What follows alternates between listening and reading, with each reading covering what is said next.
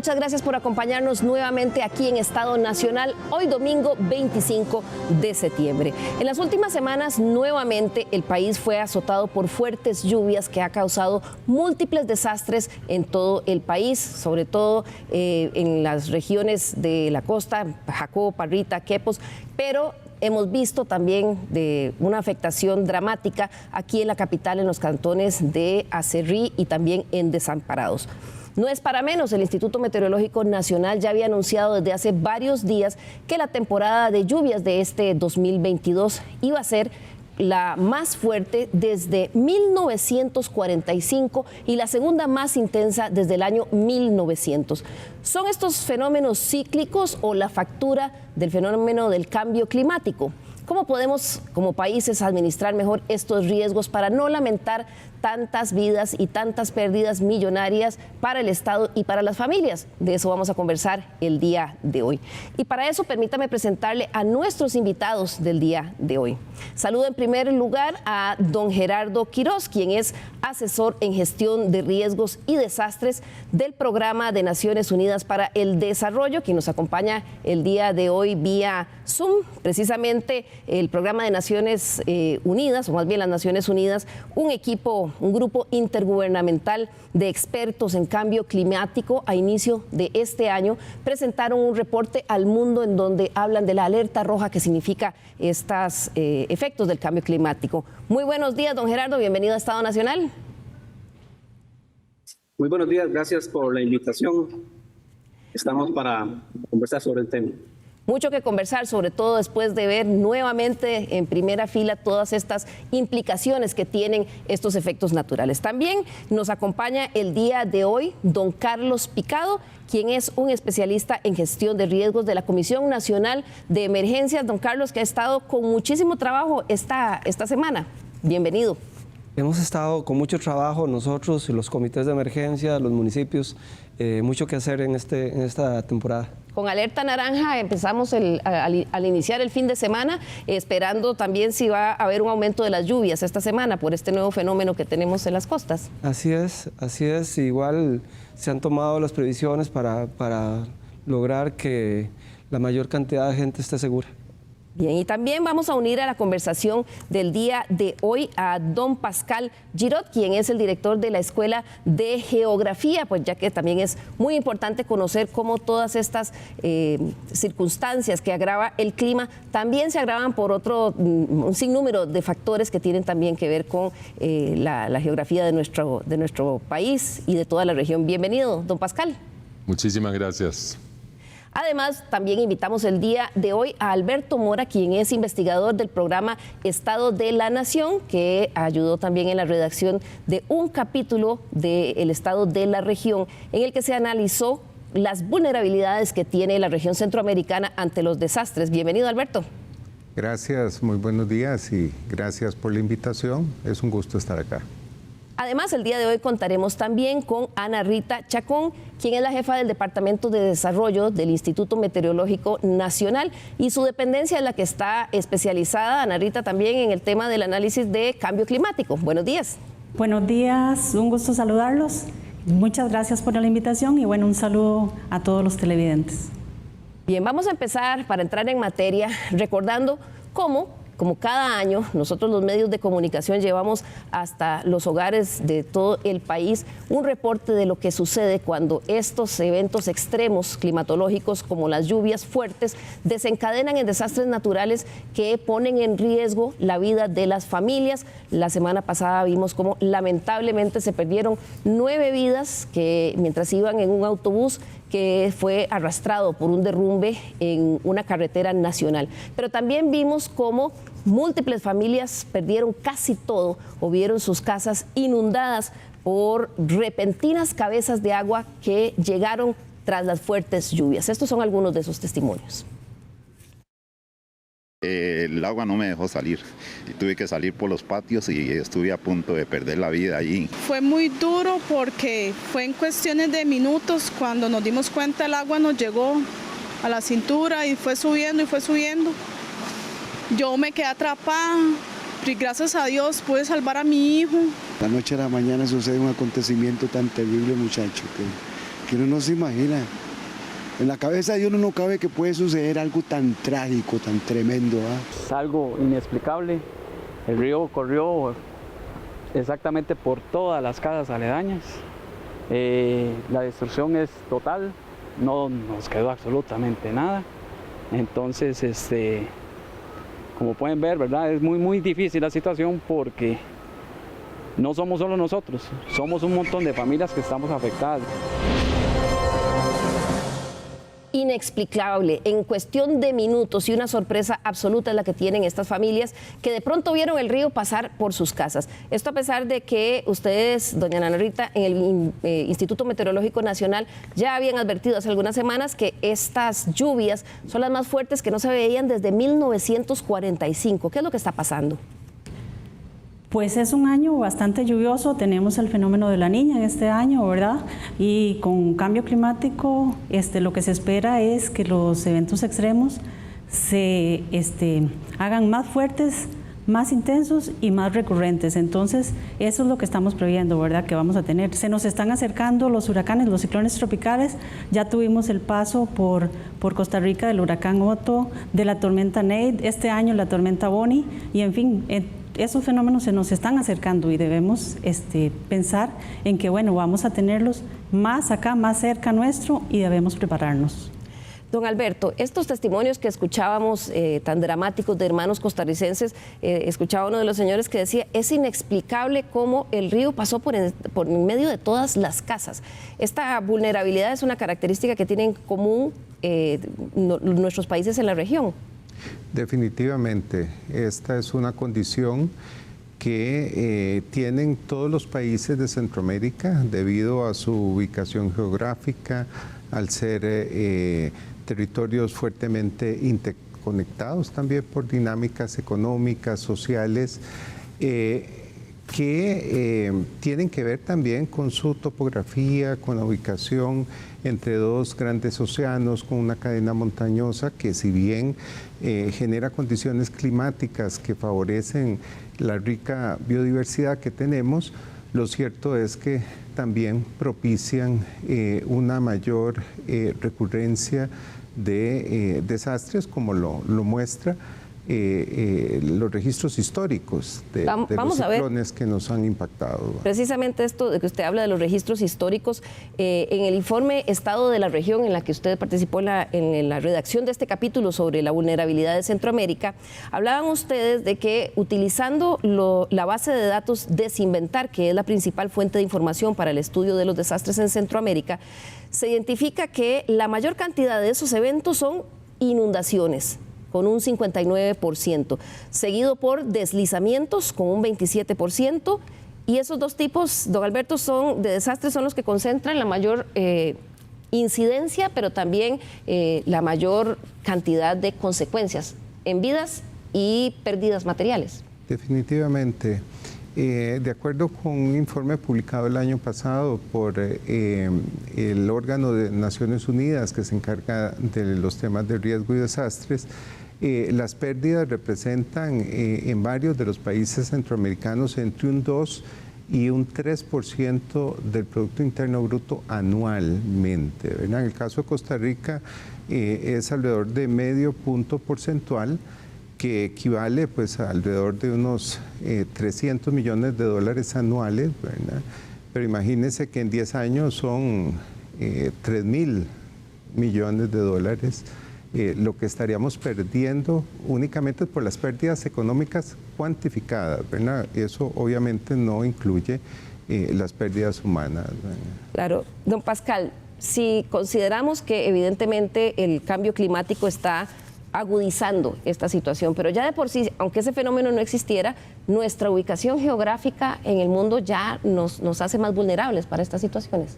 Pues desde luego la ubicación pues, de Costa Rica y del istmo centroamericano entre dos masas oceánicas y con además unos relieves muy abruptos con volcanes activos en muchos de los países de la región, y muchas cuencas además hidrográficas que no solamente se encuentran pues con relieves marcados, pero también han sufrido un deterioro muy acelerado a través de prácticas de uso del suelo, prácticas agrícolas y procesos de urbanización muy rápidas. Muchos de los asentamientos marginales, por ejemplo, que muchas veces son los primeros en sufrir estos embates, como lo acabamos de ver, son precisamente, se ubican en zonas altamente expuestas a deslizamiento, a inundaciones y a todas las amenazas que usted acaba de mencionar.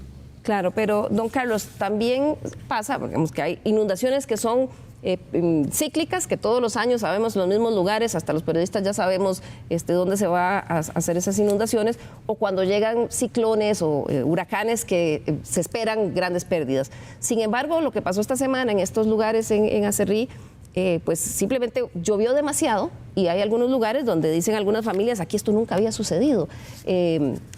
¿Cómo están los mapas de identificación de riesgos en el país?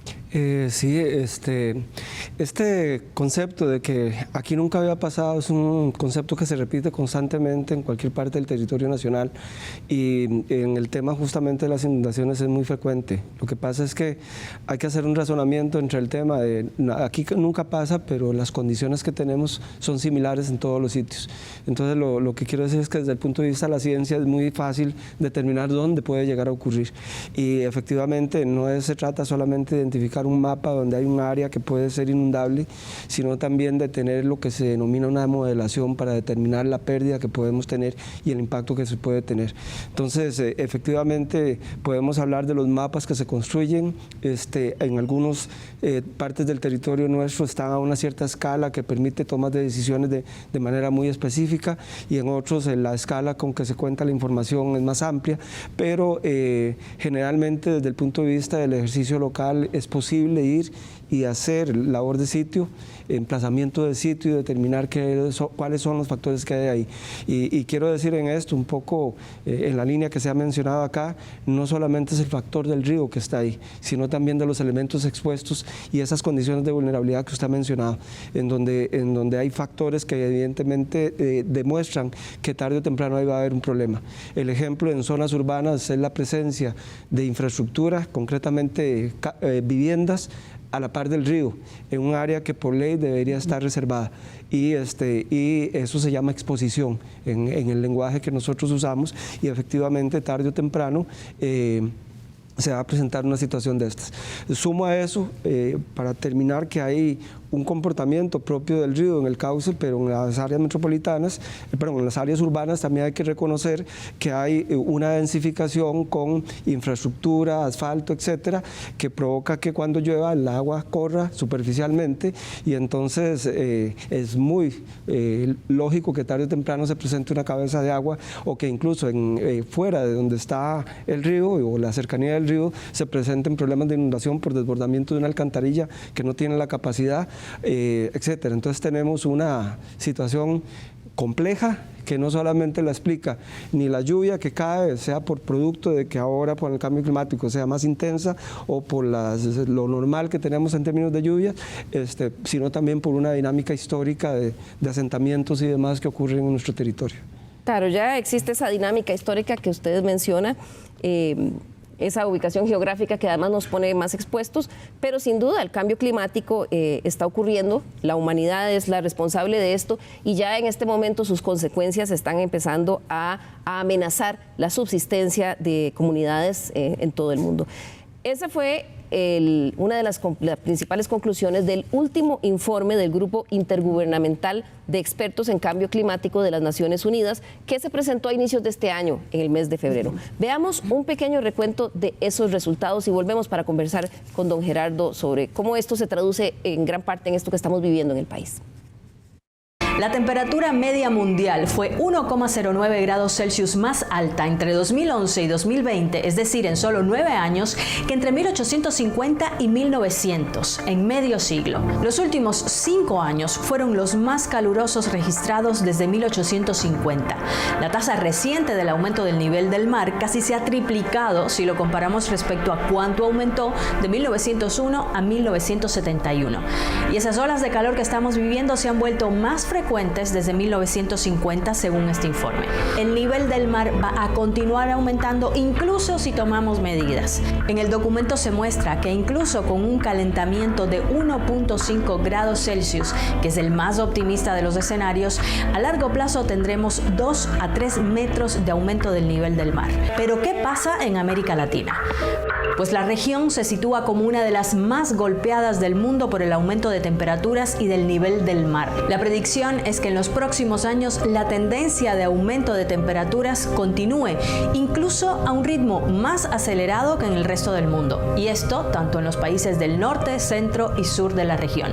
Otra constatación del reporte es que durante las últimas 3 décadas el nivel del mar también ha aumentado más rápido en América Latina que en el resto del mundo. Y esto es bastante probable que continúe, especialmente en los océanos de América Central y América del Sur. Esto, según el informe, seguramente traerá consigo un aumento de las inundaciones y el retroceso de la línea de costa. También es probable que se reporten cada vez más sequías en países como Venezuela o Chile. Estos efectos, don Gerardo, ya se han cuantificado, incluso el Banco Mundial cuantificaba que el impacto o las consecuencias de esos impactos podrían arrastrar a la pobreza extrema entre 2.4 a 5.8 millones de personas en Latinoamérica y Centroamérica. Esa es un poco la alerta roja que encendía este informe que publicaron. Sí, tal vez sería importante, según el informe, incluso si actuamos, no es que estemos renunciando a la acción para reducir el calentamiento global, pero incluso si actuamos, el deterioro es tal que los daños, por decirlo de alguna manera, ya están hechos. Pero yo quisiera mencionar un tema que me parece fundamental acá, y es que los desastres no son naturales. No es natural que cuando se sale un río se lleve una casa, a menos que la casa esté construida en la zona de inundación del río. Pero en ese caso no es natural. Los desastres son la consecuencia de riesgos mal manejados o no atendidos del todo. Además, estos riesgos son construcción social, es decir, que el riesgo no existe naturalmente, sino que nosotros, con nuestras acciones, con nuestra interacción inadecuada con el ambiente, estamos generando los riesgos. Don Gerardo, es muy interesante eso que usted dice, porque a raíz de esta tragedia que sucedió el fin de semana con este deslizamiento, sí escuchamos a varias personas y expertos líderes, incluso de la política nacional, decir que eso era absolutamente impredecible que sucediera. Usted lo que está diciendo es que ninguno de estos desastres es caso fortuito o impredecible. Bueno, es que, una vez más, si estamos deforestando un río, probablemente el comportamiento de ese río va a cambiar. Si estamos llenando de basura, refrigeradoras, partes de carros, sillones, los ríos, es probable que ese río no va a poder transitar debajo del puente donde siempre transitó. Es decir, si estamos construyendo en sitios donde sabemos que el río se inunda, o tal vez no sabemos, pero el río históricamente se ha salido ahí, obviamente estamos aumentando lo que llamamos la exposición. Si estamos violando las zonas de protección de los ríos, es decir, todo lo que estamos haciendo en esta interacción inadecuada con la naturaleza está generando estos peligros, y entonces no tenemos que sorprendernos porque tal vez aquí no ocurría, pero con los deterioros que estamos generando en el hábitat, antes no ocurría, pero hoy sí puede ocurrir, porque estamos generando condiciones para que se generen pues, estos riesgos. Todos estos riesgos lo que hacen es aumentar la vulnerabilidad de las comunidades, la vulnerabilidad de la infraestructura y estos sistemas, que los vuelve frágiles ante eventuales acontecimientos como la lluvia. Es decir, que un temporal no tiene necesariamente que ser un desastre, pero si hemos deforestado, pero si hemos construido en zonas inadecuadas, con malas prácticas constructivas, estamos generando todas las posibilidades de que esa lluvia que antes no generaba desastre, hoy día se lleve las casas que se encuentran en su camino, digamos que es lo más frecuente que vemos. Igual con nuestras rutas están igualmente expuestas. La vulnerabilidad de nuestras rutas está aumentando. Agreguemos además que la población ha crecido, que los elementos expuestos son mayores, es decir, hay más urbanización, hay un crecimiento poblacional importante, estamos ocupando zonas donde antes no había nadie viviendo, o sea que estamos incrementando todas las condiciones que generan el riesgo. Entonces, es importante entender que el desastre no es natural, los desastres no son naturales. Si pensamos que son desastres naturales, estamos asumiendo que se trata de imponderables, que se trata de cosas inevitables, y efectivamente podemos intervenir cada una de las condiciones que generan riesgos. El país, de hecho, tiene una gran cantidad de información y una gran cantidad de instrumentos, pero ahí tenemos un problema relacionado con, digamos, en algunos casos, la falta de aplicación de esos instrumentos. Estamos hablando, por ejemplo, de la ausencia de planificación territorial, donde las municipalidades, por ejemplo, puedan definir a dónde se puede y a dónde no se puede desarrollar infraestructura en sus territorios, y se puedan tomar decisiones relacionadas con qué parte del territorio podemos intervenir de una manera o de otra, y qué parte debemos proteger para justamente protegernos nosotros. Proteger la naturaleza significa proteger también la vida de las personas y la salud. Entonces, en tema de riesgos no hay imprevisibles, digamos, sobre todo en un país que tiene tantísima información como la nuestra. Claro, ahí, don Pascal, justo antes de que empezáramos en la conversación de hoy en el Off the Record, conversábamos de que sí, claro, que el tema es evidente que el cambio climático está generando consecuencias como esa que vemos en cámara, ese deslizamiento que hubo en Santa Ana este fin de semana, pero que eso se ha convertido como, sí, claro, es el cambio climático, entonces está fuera de nuestras manos. Don Gerardo está poniendo aquí sobre la mesa que estamos en un área geográficamente vulnerable, y aún así, sabiendo dónde están esos mapas de riesgo como sociedad y también por los problemas sociales y económicos que tenemos, hemos seguido creciendo desordenadamente en el uso del terreno, en la urbanización.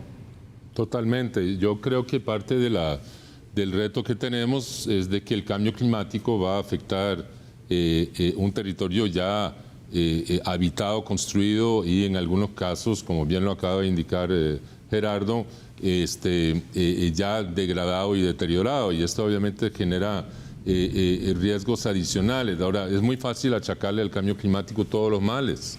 Creo que si bien algunas amenazas nuevas surgen con el cambio climático, por ejemplo, el aumento del nivel del mar es probablemente uno de los temas que no habíamos enfrentado anteriormente, pero muchos de los riesgos que vivimos a diario en época de lluvias ya existían antes, han sido ampliamente diagnosticados y estudiados en el país. O sea, tenemos mucha información puesta a disponibilidad de las autoridades nacionales, de los gobiernos municipales, para justamente orientar la toma de decisión en cuanto, por ejemplo, al ordenamiento territorial, el otorgamiento de permisos de construcción, para evitar justamente de seguir construyendo edificios, infraestructura pública y viviendas en lugares de alta exposición y de alto riesgo. Entonces, creo que es ahí donde tenemos que operar el cambio, y lograr realmente atender esto y tomar en serio el tema de la planificación territorial y el ordenamiento territorial. Claro, y el uso de la información, porque doña Ana Rita, sin duda instituciones como el Instituto Meteorológico Nacional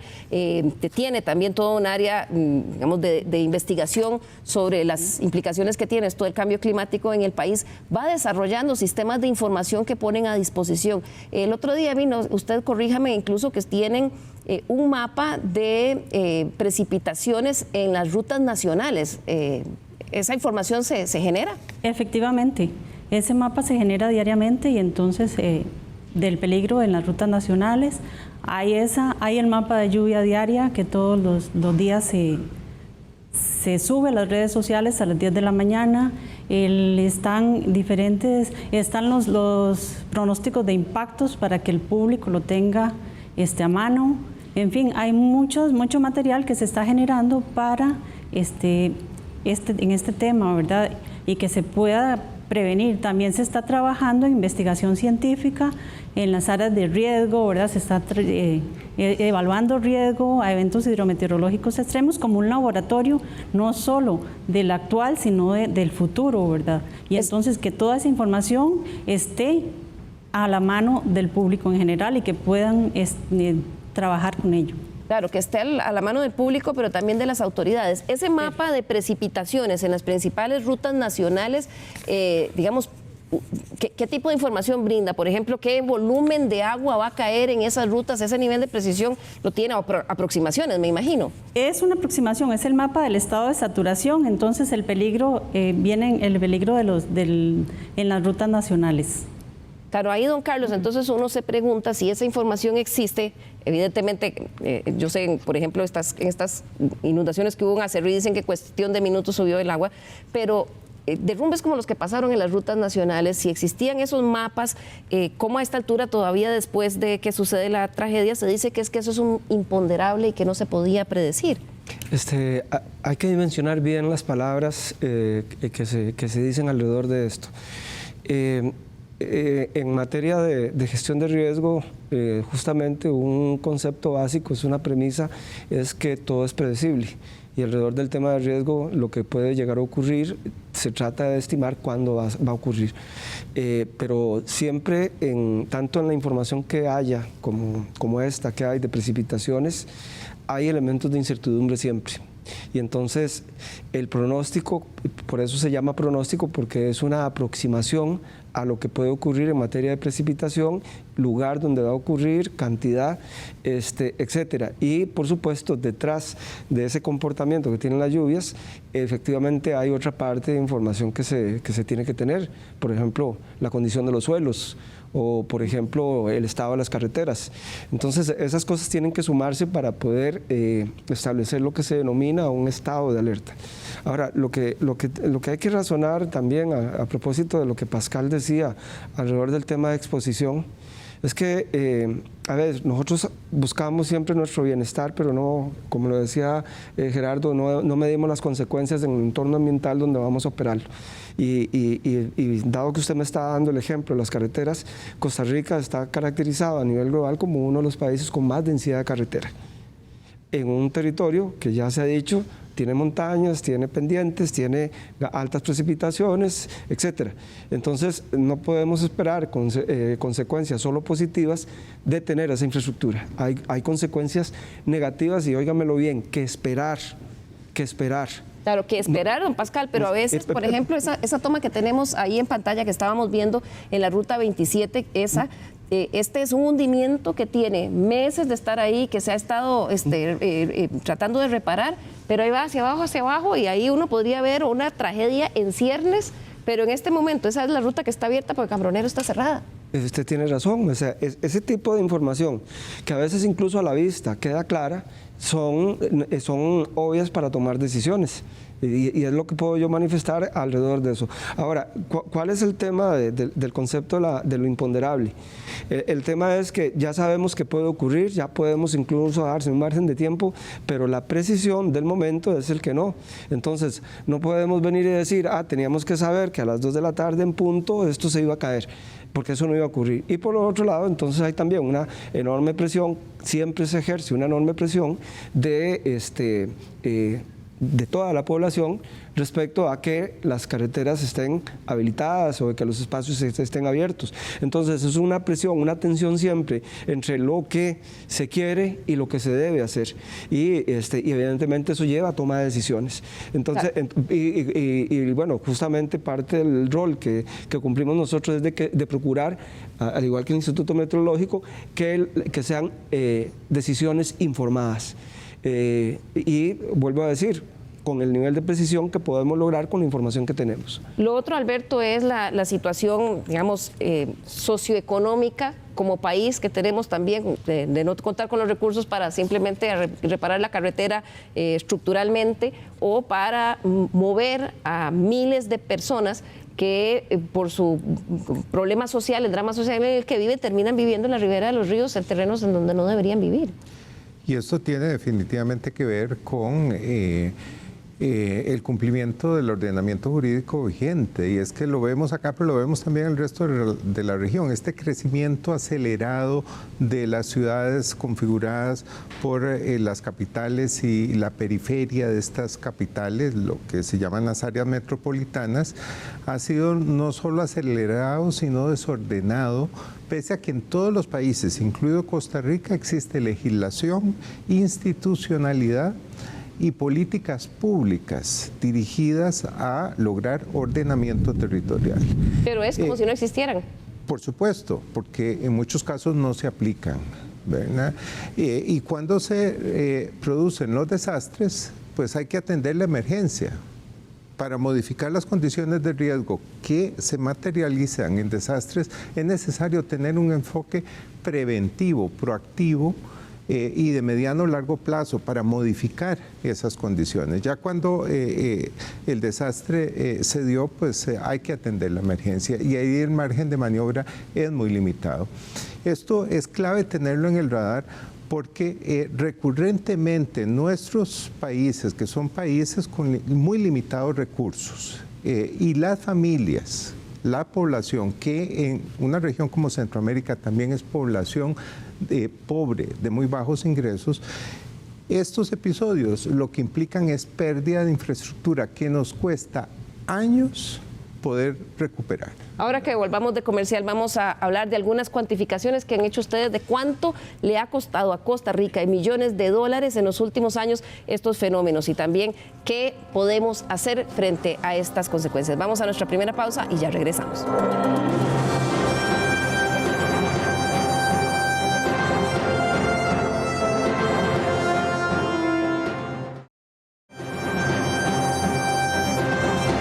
Recordamos nuestro correo l.carranza@teletica.com. Escríbanos, nos interesa mucho conocer sus críticas, sugerencias y comentarios sobre el programa.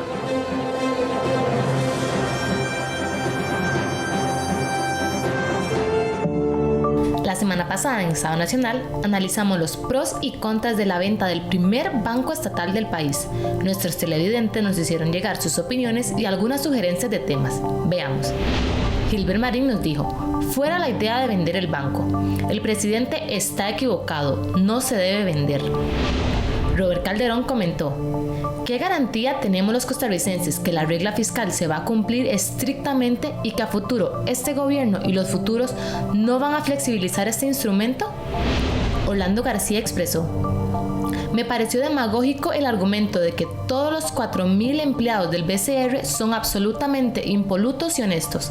En todos los sitios hay manzanas podridas, personas ineficientes, etc. Rebeca Cover nos sugirió un tema. Sería importante que pudiera realizar un programa sobre los aumentos en el sector público. Gracias por continuar con nosotros aquí en Estado Nacional. Hoy que estamos hablando sobre las consecuencias que está acarreando el cambio climático en nuestro país, pero sobre todo, ¿qué podemos hacer? Porque esto, como decía nuestro invitado del Programa de Naciones Unidas para el Desarrollo, no son desastres naturales, son desastres que ocurren y que deberíamos de tener la información para enfrentar. Pero, don Gerardo, ahora hablábamos sobre que se dedica entonces a atender las emergencias, y entonces como es un ciclo de emergencias tras emergencia, bueno, pareciera que simplemente nos dedicamos a atender las emergencias. ¿Se puede hacer algo más? Porque evidentemente ya hay muchas personas que viven en esas cuencas de los ríos, nuestra infraestructura vial está también sumamente vulnerable. ¿Qué se puede hacer más desde la política pública? Sí, ya lo mencionaba Alberto, por ejemplo, que existe normativa y legislación. Es muy importante hacer una visita a la normativa y la legislación y aplicarla. Pero en muchos casos, sobre todo en los casos de las municipalidades, el no cumplimiento de la normativa tiene que ver muy frecuentemente con la falta de herramientas, es decir, no tienen suficiente conocimiento, información técnica o recursos humanos para implementar lo que la normativa les mandata a hacer en términos del control de su territorio. Pero también tenemos en el otro costado el hecho de que con mucha frecuencia estamos dejando que los problemas evolucionen. De repente aparece un ranchito en un terreno y al día siguiente aparece otro y nadie reacciona, en 15 días hay 20 y en un año tenemos ya una ciudad instalada ahí y no hubo una acción para interrumpir el desarrollo de una situación de riesgo. Esto se puede aplicar en cualquiera de los elementos de riesgo que podemos identificar en nuestro territorio. Tenemos que trabajar de manera proactiva, tenemos que trabajar viendo el futuro, y el futuro es posible verlo en función de que una situación podemos seguirla hasta el día en que se convierta en un riesgo. Es decir, la evaluación prospectiva, es decir, mirando el futuro, nos permite entender cuáles situaciones se nos pueden convertir en un X plazo, en un riesgo y eventualmente devenir en un desastre. Entonces, yo creo que nosotros tenemos, no las soluciones, pero muchas de las acciones de intervención en la normativa.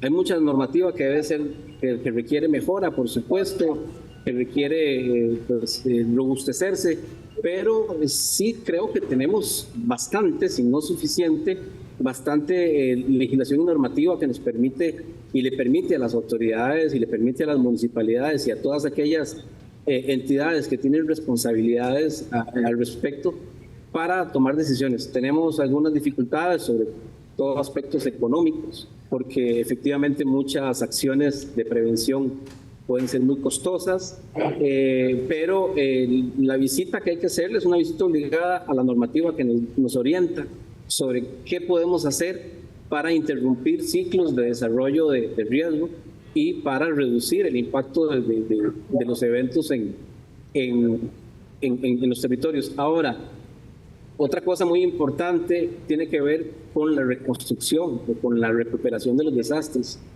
Una vez que hemos tenido un impacto, no podemos recuperarnos haciendo lo mismo.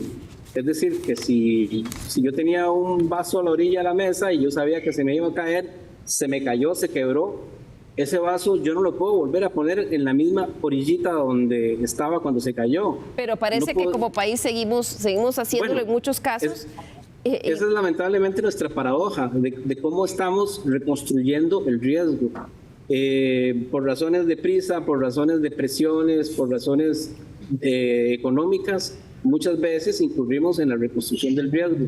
Entonces, eso es algo que tenemos que también interrumpir. No podemos seguir haciendo lo mismo porque vamos a encontrarnos con las mismas situaciones. Así es, sobre eso que usted menciona, don Pascal, sin embargo, seguimos viendo cosas, por ejemplo, esta urbanización que se construyó en Desamparados, creo que se llama Valladolid o algo así, que entiendo que había alertas, ahora nos va a decir don Carlos si se había dicho o no que no se podía construir. Allí hubo permisos, allí bancos prestaron para construir y luego estaban construyendo encima, entiendo, de una falla, don Pascal. No, pues desde luego tenemos centenares de ejemplos de malas prácticas en materia de planificación urbana en el país, inclusive algunos que remontan no solamente a periodos recientes, sino a construcciones que fueron aprobadas hace ya 80 años atrás, como el caso de Turrialba, donde tenemos pues una ciudad atravesada por un río, el río Turrialba, que como vimos el año pasado, trae pues enormes riesgos para quienes habitan o tienen negocios a la orilla del río. Y es un casco urbano que fue pues autorizado hace muchos años atrás. ¿Cómo hacer entonces en estos casos donde ya no podemos cambiar, digamos, una infraestructura ya en sitio, sino de lidiar con eso como se pueda? Hay ejemplos en el país, creo que en el caso de Cartago con los diques, después de la erupción del volcán Irazú y la tragedia que pasó en el río Taras en el 63, 64, sí se tomaron decisiones y hasta la fecha más o menos se mantienen esos diques en el puro centro de Cartago como una zona donde no se puede edificar, no se dan permisos de construcción y eso más o menos se ha respetado. Para mí es de los pocos ejemplos, digamos, de medidas de ordenamiento territorial para la gestión del riesgo que se ha podido sostener en el tiempo. Pero hay muchísimos ejemplos de permisos de construcción, de urbanizaciones, inclusive no solamente de construcciones que provienen del sector informal o de barrios marginales que construyen sin permiso de construcción y sin supervisión de un arquitecto o un ingeniero, sendas urbanizaciones ubicadas en zonas de fallas tectónicas, zonas propensas a deslizamientos, y ahí sí vemos un ejemplo que eso trae consecuencias, de que en algún momento van a sufrir daños y pérdidas como los que lamentablemente han tenido que sufrir el fin de semana pasado en Desamparados y Acerrí. Así es, y es que además de esa lamentable factura de vidas humanas que cobran estos desastres, lo cierto que es que esto le cuesta millones de dólares al país y a la región. Alberto, ustedes han hecho algunas cuantificaciones en términos de los daños a infraestructura que generan estos desastres climatológicos, ¿cuánto cuestan en la región y en el país en particular? Gracias. No, en realidad lo que yo tengo a mano es un dato publicado por el BID recientemente para América Latina, que señala que nuestros países, los países de América Latina, han perdido cerca de un 18% de su inversión en infraestructura producto de los desastres, ¿verdad? Entonces, anualmente estamos perdiendo cerca de una quinta parte de los recursos que invertimos en infraestructura precisamente por la afectación y las pérdidas que generan los desastres. En contextos, como mencioné anteriormente, en que los recursos dedicados a la inversión en infraestructura pública son insuficientes, ¿verdad? Así es. Otra estadística Permítame darle algunos datos del país, porque en la comisión llevamos datos sobre las pérdidas de país.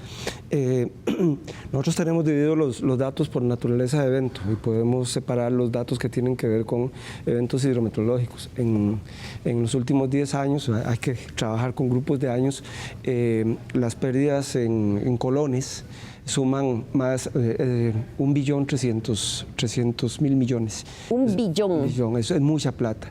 Y eso reviértalo a costos de reposición. La infraestructura que más se nos pierde en términos de, que más monto de pérdida genera es la infraestructura vial, justamente de la que hemos estado hablando.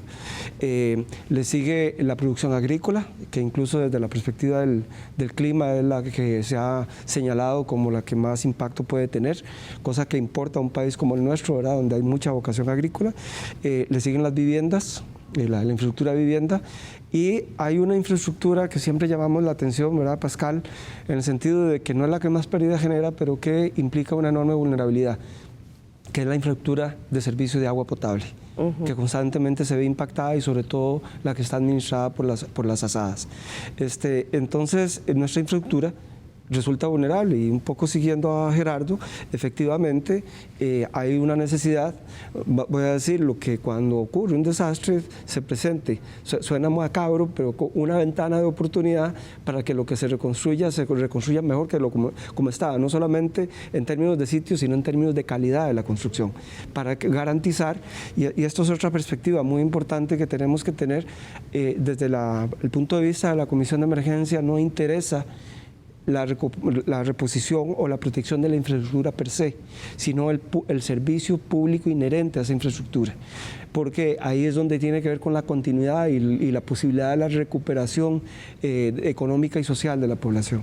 Entonces, efectivamente, hoy en día hay una serie de políticas en materia de adaptación al cambio climático, en materia de gestión de riesgo, orientadas a construir mejor. Y una última observación es que también tenemos que tener en consideración que el clima y el cambio climático es una perspectiva de largo plazo de lo que puede ocurrir con los fenómenos del clima. Ana Rita lo ha dicho, o sea, el fenómeno del clima está alterando en términos de intensidad y frecuencia los eventos que ya teníamos.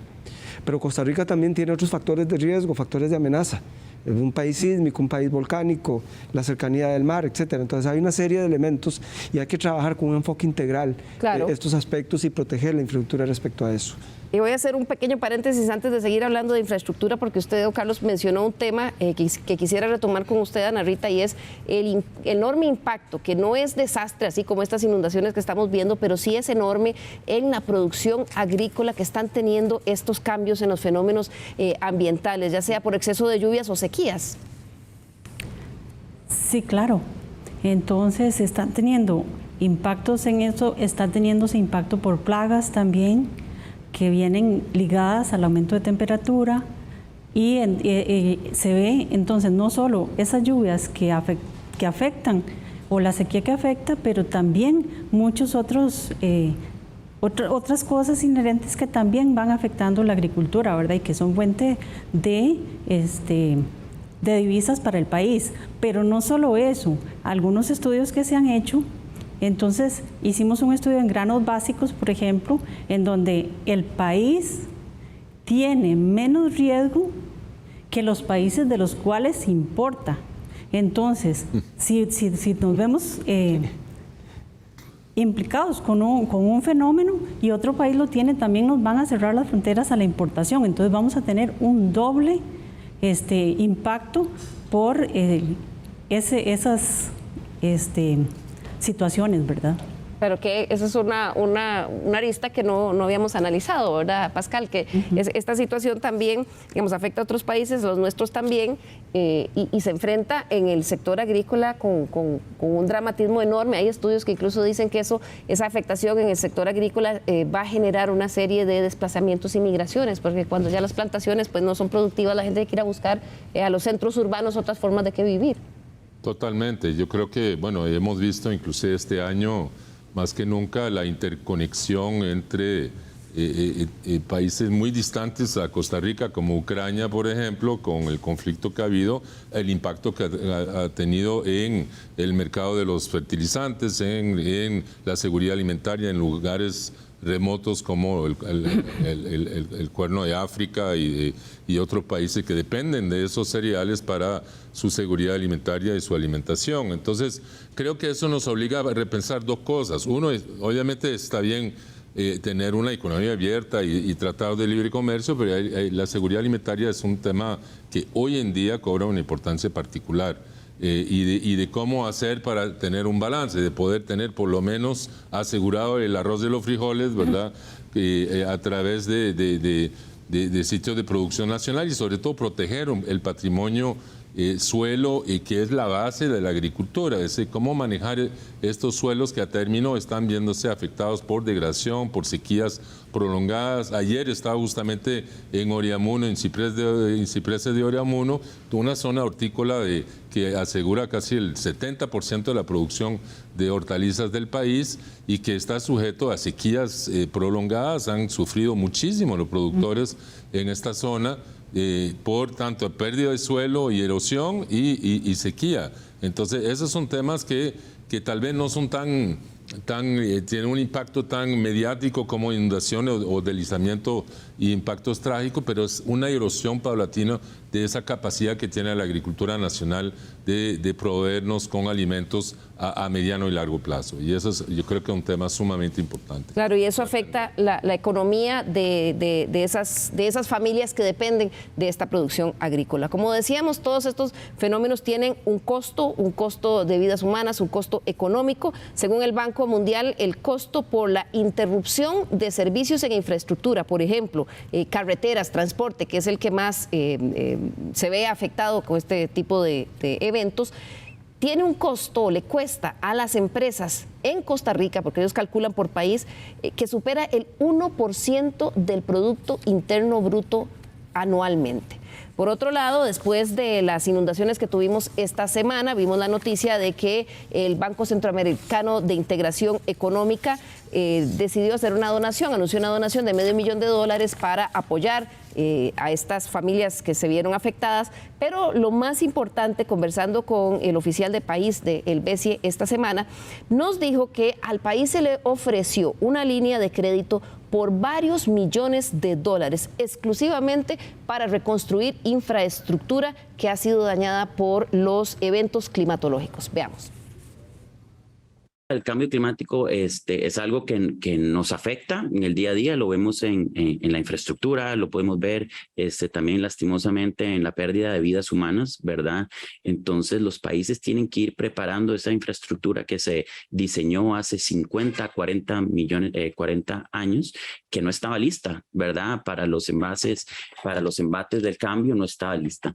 Entonces, en lo que nosotros estamos diseñando junto al gobierno, todavía no tenemos unos términos indicativos, ¿verdad?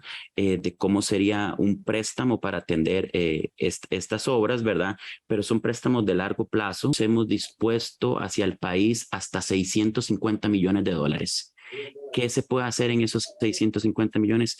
Convertir toda esa infraestructura que pasó de la tormenta Bonnie, huracán Eta, Iota y todas estas lluvias, cómo se han visto afectadas, y lo que queremos es reconstruir Costa Rica. Eso le hemos dicho al presidente Chávez y es hasta 650 millones, ¿verdad? Si al final la cuantificación de los daños de todos estos decretos de emergencias que se han visto en los últimos años es menos, pues otorgamos un préstamo menor. Es la posibilidad, Alberto, de que el país pida hasta 650 millones de dólares para reconstrucción de infraestructura. Pero de nuevo, estamos hablando de endeudarnos para hacer esto y además, en el caso de que eso se pudiera hacer, habría que repensar toda la infraestructura tomando en cuenta esta amenaza climatológica que tenemos. Sí, definitivamente, como mencionaba el colega de la Comisión de Emergencia, el objetivo es hacer las cosas de manera distinta. Una infraestructura adecuada a las condiciones actuales de resiliencia a este tipo de eventos extremos y por supuesto actualizar la infraestructura que tenemos para evitar que sea impactada y que se concreten pérdidas adicionales a las que ya tenemos, ¿verdad? Si sabemos que va a llover y tenemos que hacer una renovación de las alcantarillas, bueno, hagámoslas adecuando el diámetro a las nuevas condiciones de precipitación que se espera que vayamos a tener y de igual manera con el resto de la infraestructura. Don Carlos, sé que ustedes están atendiendo la emergencia de esta semana, pero este anuncio creo que lo hicieron el jueves, me parece el miércoles. La Comisión Nacional de Emergencias está al tanto de esto, están pensando en acceder a ese crédito, ¿es algo que se está analizando? Mire, de este tema hay mucho que decir. En el actual Plan Nacional de Gestión de Riesgos se señala una lista de prioridades y la prioridad número 1 es resolver el problema financiero vinculado al tema del riesgo de desastres, porque hace casi 20 años la Escuela de Economía de la Universidad de Costa Rica ya nos había dicho que íbamos a perder nuestra capacidad fiscal para atender los desastres, es decir, la disponibilidad de recursos para atender la fase de reconstrucción hace más de 20 años, y eso debió haber implicado el haber resuelto todo el instrumental financiero que se requería para que pudiésemos tener esa capacidad. Mucho que decir de qué significa ese instrumental. Y aquí el único instrumento que tenemos hoy en día para atender desastres es el fondo de emergencia. Que el fondo de emergencia no es una reserva que está ahí guardada, sino que es un mecanismo que permite al Estado transferir recursos para dar la atención. Y efectivamente sabemos la situación fiscal del país, entonces desde hace bastante tiempo, producto de situaciones de emergencia, el fondo no recibe lo que se ocupa y efectivamente podríamos decir hay un déficit de inversión incluso en materia de reconstrucción. Entonces efectivamente una de las alternativas es la posibilidad del endeudamiento con el BCI o con cualquier otro organismo financiero. Y de cara a un tema de endeudamiento es mejor endeudarse con esos organismos porque la deuda es más barata que si se hace, por ejemplo, con endeudamiento interno. Y esas líneas de inversión o de crédito que estos bancos ofrecen tienen, y esto para mí es lo más importante, una serie de condicionamientos para el país. Es como cuando usted le presta al banco para construir la casa y alguien inspecciona para ver que usted está construyendo bien. Entonces, uno de los elementos es que tendremos un fiscalizador vigilando la forma en que hacemos para que lo hagamos bien. Pero ya Gerardo lo había mencionado, podemos echar el discurso de que vamos a construir mejor, pero necesitamos fortalecer capacidades y ahí necesitamos mejorar el conocimiento de los ingenieros, A propósito de lo que Ana Rita ha planteado, el tema de la información que utilizamos para evaluar adecuadamente y poder hacer adecuados diseños. Entonces, hoy en día, el Ministerio de Planificación, la Comisión de Emergencia, Hacienda, con apoyo incluso de estos organismos, andamos en procesos de trabajo orientados a mejorar esas capacidades. Perfecto, se nos acaba el tiempo, quisiera tener más para seguir conversando de este tema, pero voy a pedirle a nuestros invitados que en un minuto me den una reflexión final. Voy a comenzar con usted, Ana Rita Chacón, del Instituto Meteorológico Nacional. Bueno, creo que los desastres se siguen dando, debemos trabajar en ello. Debemos seguir, porque los tenemos problemas económicos, pero en fin, lo más importante, ¿verdad? La población no debe verse expuesta a tantas desastres, a tantas afectaciones, ¿verdad? Y también, la información debe estar a la mano para que puedan los tomadores de decisión y el público, todo el mundo, tener esa información a mano para poder atenderlos. Claro, y estar preparados, Ana Rita, porque faltan los peores meses, ¿verdad?, de lluvia este año. Así es, todavía nos queda octubre, que es un mes muy fuerte de lluvias. Así es, muchísimas gracias, Ana Rita. Continúo con usted, don Gerardo, experto en gestión de riesgos y desastres del Programa de Naciones Unidas para el Desarrollo. Me quedo con lo que Carlos mencionó antes. Realmente yo no creo que sea macabro, pero efectivamente cada desastre representa una oportunidad para aprender, pero sobre todo para recuperarnos de manera diferente. Entonces, una vez que lloramos a los muertos y levantamos lo que se cayó, tenemos que aprovechar esa oportunidad para hacer las cosas mejor. No podemos seguir haciendo lo que siempre hemos hecho y esperando resultados diferentes. Entonces, la oportunidad está ahí. Cada desastre nos enseña, cada desastre nos dice que tenemos que cambiar cosas. Entonces, siendo un país con tantos y tan recurrentes desastres, pues tenemos mucho para aprender.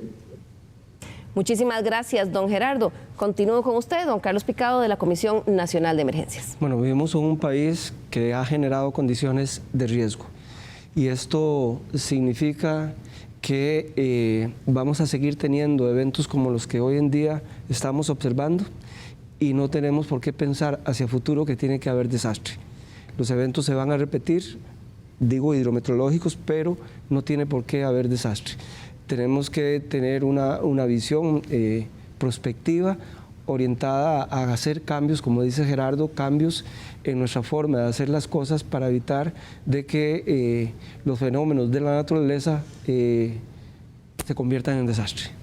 Muchísimas gracias, don Carlos. Continúo con usted, Alberto Mora, del programa Estado de la Nación. Bueno, el cambio climático es una realidad y tenemos que adaptarnos a esa nueva realidad.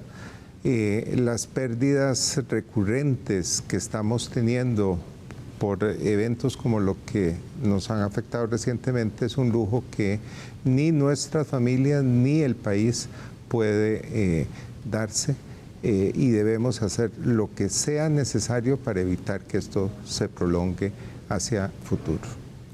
Así es, Alberto, porque si vemos nuevamente estas heridas que dejó tan solo el fin de semana pasado ese accidente en la ruta de Cambronero, probablemente, como decía doña Ana Rita, los meses de más lluvia todavía faltan este año. Vamos a tener más eventos como estos. Ya en este momento, el fin de semana, el ministro de Transportes dijo que esa ruta va a quedar cerrada en forma indefinida hasta que se pueda hacer algo. Pero sabemos también que la otra ruta, la ruta 27, tiene un hundimiento que hace días está ahí, pero que con estas situaciones climáticas va a empeorar y que esto podría hacer ya en este momento ese cierre de carretera que sucedió en Cambronero y también este deslizamiento grande que hubo en Santa Ana, que está cerca de la ruta 27, está generando costos económicos para los transportistas que tienen que importar mercaderías, que tienen que ir a los puertos. Esto va a seguir pasando. Así que esto tiene que llevarnos a la reflexión. Por eso cierro con usted, Pascal Girod, director de la Escuela de Geografía de la Universidad de Costa Rica, con su reflexión final. Pues definitivamente la adaptación y la gestión del riesgo de desastre pasa por también una adecuada gestión de la información. Si bien somos un país rico en información científica sobre el tema de cambio climático, sobre el tema de amenazas y riesgos, sí tenemos que mejorar la capacidad de las instituciones, de los actores locales, del sector privado, de incorporar esa información en sus decisiones a diario, ¿verdad? Y mucha de esta información que mencionó Ana Rita sobre el estado del tiempo, el estado de las carreteras nacionales, pocas veces se incorpora, digamos, en las prácticas. Para hacer prevención tenemos que tener una cultura de prevención, y parte de esa cultura de prevención es empezar a utilizar esta información en forma mucho más proactiva para prevenir tragedias como las que asolaron pues, el país el fin de semana pasado. Así es, don Pascal. Hablar de eventos impredecibles o casos fortuitos cuando existe información científica que se puede aplicar, la verdad es que ya no debería ser de recibo, sobre todo porque vamos a seguir siendo una región vulnerable. Muchísimas gracias, terminamos así. Agradezco a nuestros panelistas el día de hoy, a ustedes en sus casas por acompañarnos. Los esperamos el próximo domingo aquí en Estado Nacional.